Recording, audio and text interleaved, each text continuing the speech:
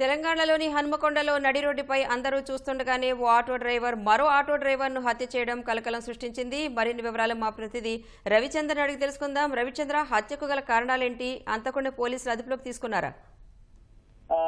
కొండలో డిమార్ట్ ఎదురుగా కొద్దిసేపటి క్రితం ఆటో డ్రైవర్ల మధ్య ఘర్షణ కత్తిపోట్లతో హత్యకు దారితీసింది. రాజ్ కుమార్ అనే అతను తీవ్రంగా గాయపడి అక్కడికక్కడే చనిపోయాడు. వెంటనే రాజ్ కుమార్ మడికొండకు చెందినటువంటి రాజ్ కుమార్ ని మార్చికి తరలించారు. పోలీసులు వెంటనే ఘటనా స్థలికి చేరుకున్నారు.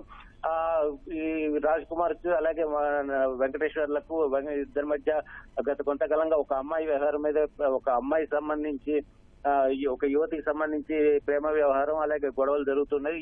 ఈ ఘటన దీంతో వెంకటేశ్వర్లు అనే అతను ఈ హత్యకు పాల్పడ్డాడు. అందరూ చూస్తుండగా నడి రోడ్డు మీద ఈ హత్య జరిగడం తీవ్ర కలకలం రేపుతుంది. హన్మకొండ నడిబొడ్డులో డిమార్ట్ ఎదురుగా ఈ ఘటన కొద్దిసేపటి క్రితం జరిగింది.